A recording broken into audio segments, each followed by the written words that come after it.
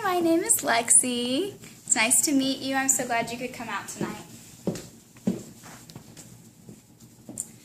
Bernard Leach said, "Look to combine beauty and function in a pot." I found out firsthand how difficult this goal is to obtain. I had a knack for making the Goldilocks cups. I made one cup, and it was too large. I made another cup, and it was too small. I made a third cup, and it was just right. Combining beauty and function in a pot and making them a set was very difficult, but I did it. I asked, how can hands mold nature into a practical beauty? My journey to find my project was a long one. I was torn between 3 different options, which were making pottery, making a crazy cookbook about how to cook on an iron or in a coffee pot, and rebuilding an antique engine of a Volkswagen. Mrs. Brantley said I could do any of these, but I could not decide. Finally, when talking with one of my fellow seniors, he said, "Enough! Just pick one already. You can do any of them." Then he proceeded to take out a sheet of paper, wrote the different ideas down, and mixed up the pieces of paper. Then he told me, "Let fate decide. Pick one and don't question it. Just run with it." I agreed, and the paper I picked had pottery written on it. Thus began my journey of learning the ins and outs of making pots. I approached my research with the philosophy that I would find books more helpful than the internet. I went to the bookstore often to find books and magazine articles that I could use for my research. However, I did end up getting a lot of research or magazine articles online, and I loved the books that I got from the store, but they ended up costing quite a bit of money. What I ended up doing is deciding that I would try and buy some on my reading tablet to be more cost efficient. However, I ran into some issues with this as well. One book I read the sample chapter, and it was very helpful, and I was excited to read more. But when I bought the book on my reading tablet, I found there were only 2 additional pages. This wasn't a long enough source to be very helpful. However, the little information it had was good, and I was able to use it. I just loved to read all about what other people had done and the projects they had chosen to create. I also was able to read some on glazing, which was interesting because I was then able to mix glazes with my mentor. When I chose pottery, I was thrilled. I could not be more excited to learn how all these people had made such beautiful things that I was seeing on Pinterest. When I got home that afternoon, I was talking to my mom and my eldest sister, bursting with joy, ready to tell them all about my project and what I had chosen. And when I did, my sister told me that she had taken a pottery class from a man who rents from her honorary grandfather a few years prior. So I asked her if she thought he would be willing to mentor me if I took his classes, and she thought he would. So later that week, my mom was at the tailor's mill where this man rents from, and he came in to pay his rent. And so my mom received his check, and she asked him about when classes started and how she could sign me up, and she even asked if he would be willing to be my mentor. He told her all the information and agreed. Shane Bryant, a master potter with his own studio and classes, had just become my mentor. Things were going smoothly, classes were starting soon, and I could not be more excited or nervous. For my project, I took a beginner's class at the William Felton School of Crafts at the tailor's mill. I enjoyed this class so much, and Shane would teach us, he would instruct us about how to make something and then challenge us to create it. For example, he would teach us how to make coils and how to make a coil pot, and then he would challenge his students to create one. Once those basics of pottery were taught and we each had a working vocabulary in pot making, he allowed us to pursue our own projects. It was at this point in the class that I began playing around with slab building, and I tried to make some cups. I made templates as my mentor instructed me for my plate, my cups, and my bowls. And I also was able to create my serving platter for my final product and form one bowl as before the class ended. When I did my second class, I was in the intermediate class, and I was also working as Shane's clay slave. Clay slave was an affectionate term that Shane gave me as a scholarship student because I worked for the cost of my class rather than just paying it outright. Although he mostly referred to me as his assistant to other people. Even though the scholarship required me to go out to the mill twice a week, the knowledge I gained from working more closely with Shane and exploring my limits and creativity was well worth what I had to pay in fuel. Each week I chipped away at the different aspects of my product and I was challenged by new things that Shane had me do for him in the studio. I found that the studio work was essential to the completion of my product. My product was not just that I would have gained knowledge about making pots, but that I would demonstrate my learning through the dinners that I would create. I made 4 cups, 4 plates, 4 bowls, a serving platter, and a vase for my final product. And Shane had to show me the method of making bowls through the hand building method, and I made all of my pieces through hand building or slab building. The method that Shane showed me was creating a circle from the slab and then cutting the triangles out of the circle, and so then it looked like a 4-leaf clover, and then placing it into a bowl form. I created my first bowl using my template. I cut out a circle from the slab that I had created using the slab roller. The slab roller is a tool that's used to create a consistently even sheet of clay by squeezing the clay between 2 pieces of canvas. Then I ribbed the clay. Ribbing the clay is when you take a small piece of metal or wood and smooth the lines of the canvas off of the clay. After that, I cut 4 triangle shapes out of the circle to create that clover, and then I chose my form, which ended up being a blue plastic bowl, and I sprayed it with WD-40. Spraying the form is important in ensuring that your pot won't stick to the form after the pot has dried enough to be removed. Then I put the clover into the form, and I used a wet sponge to smooth and press it in.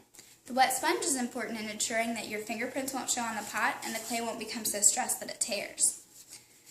Once the slab was in the form, I thought it looked like a flower.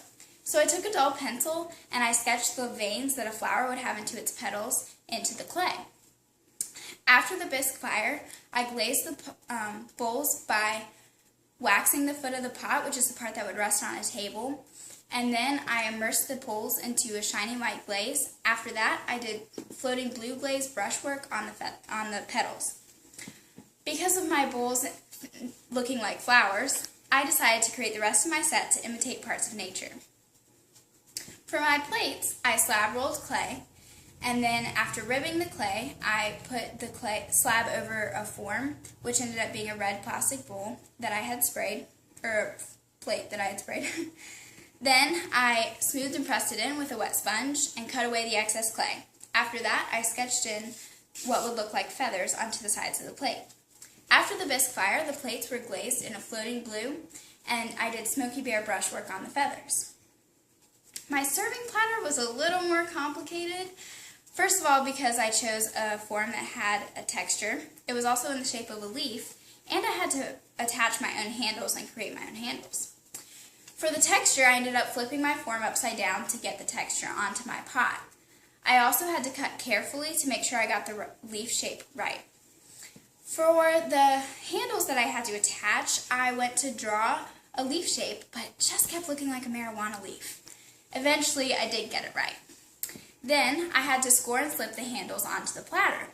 To score and slip is when you use a sharp tool such as a skewer or a fork to create rough scours into the clay. Then you take slip, which is clay mixed with water to a peanut butter-like consistency, and apply it liberally. What ends up happening is the slip fills in the scores, and as the clay dries, it creates a strong bond between the 2 pieces. After I attached the handles, I let my platters dry on the work-in-progress shelf loosely covered in plastic. The covering is important because if the platter or its handles dried faster than the counterpart, it could fall apart or crack, and that wouldn't be very good. I made 2 platters to give myself a safety net, and when they both came out fine, I decided to try 2 different glazes. So I glazed one in limestone, and I glazed the other in Smoky Bear over Shiny White. I ended up liking the Smoky Bear and Shiny White combination better. This taught me to create test pots for each of my pieces so that I could test different glazes. My cups are shaped like birch bark peelings, but I initially experimented with many sizes, designs, and handles to find one that inspired me to think of nature the way my bowls and platter did. These were made by rolling out a slab, cutting out a rectangle, and then hand pinching one end of the rectangle to create the appearance of tattered bark. Then I sketched the design into the clay, and I took my form and I covered it in paper. My form ended up being a plastic bottle for water. Then I placed the slab around the form, and I scored and slipped the 2 pieces and pressed them together. After that, I curved the handle that had the tattered bark outward, and then I pressed my nail marks into the back of it.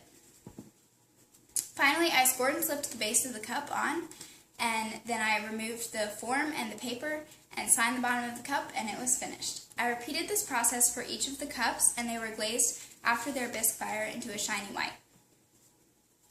The last thing I made was my vase, and this was made by taking 2 different slabs and cutting rectangles that were exactly the same size out of the slabs.